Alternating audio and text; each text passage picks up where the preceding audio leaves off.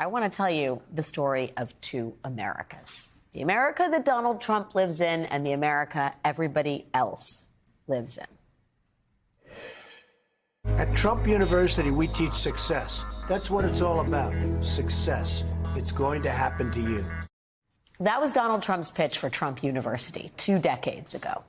He marketed his school as a shortcut to financial success. You just had to pay him and his instructors first, and then you would know everything you needed to make it big. The only problem was that it was all a scam. As a result, Trump eventually settled a civil fraud case for $25 million. And that case gave us real insight into how Donald Trump views the average American. Trump University, a series of for-profit real estate seminars launched in 2005. Ads promised that Donald Trump would handpick the instructors, but as a rule, he did not.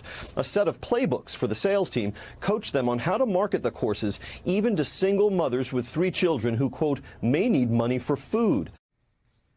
That is how Donald Trump sees America, a country that is just filled with easy marks and fools to be scammed by a millionaire who deserves their money more than their children need food. At the same time, this is the America that everyone else lives in. This is Frances Sharples. In 2022, she was scammed out of $655,000 from her retirement fund by international criminals posing as tech support and bank employees. Now, that alone would be misfortune enough, but then Frances Sharples got hit with $100,000 in taxes. Taxes on the transactions where she was scammed out of her retirement money. Taxes on money she no longer has.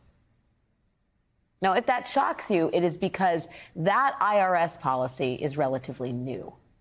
Do you remember when Trump and Republicans passed their big quote-unquote tax cut in 2017?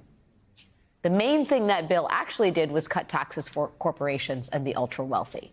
And to make up for that massive loss in government revenue, Trump and his Republican allies in Congress suspended something called the casualty and theft deduction, which means that if you are the victim of a scam, you still have to pay taxes on the financial transactions involved in that scam.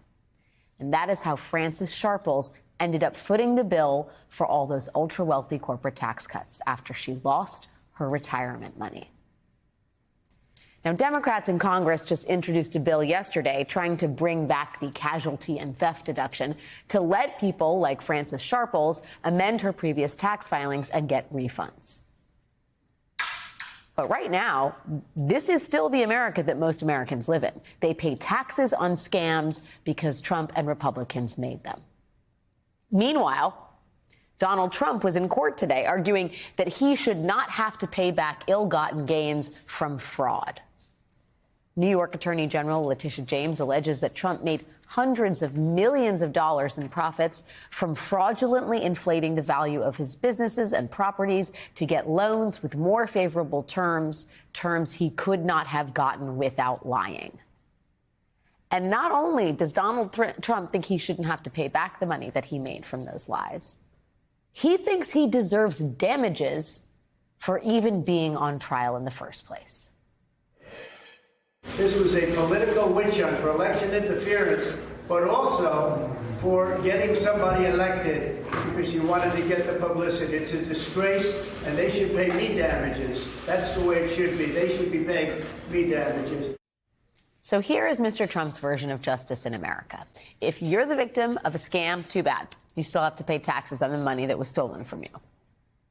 But if Trump commits fraud, forget about paying a penalty. He's the one who deserves damages. And if you dare to try and hold Donald Trump accountable, then not only are you worthy of his disdain, you are now in the crosshairs.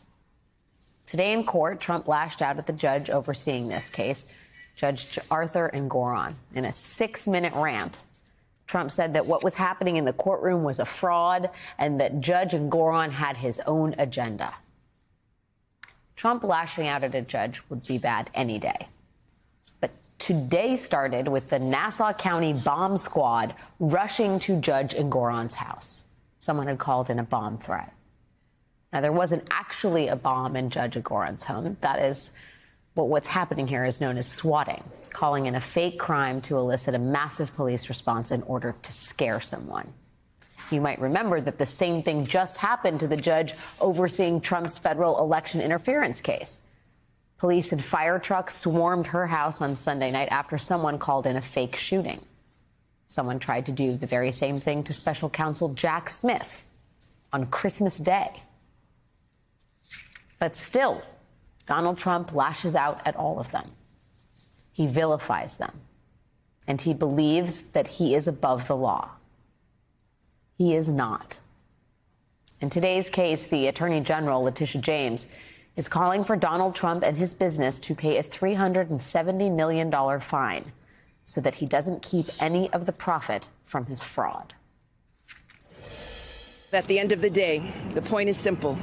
No matter how powerful you are, no matter how rich you are, that no one is above the law, and that the law applies to all of us, equally and fairly. I trust that justice will be done. Judge Engoron said today that he hopes to issue a final decision here by January 31st.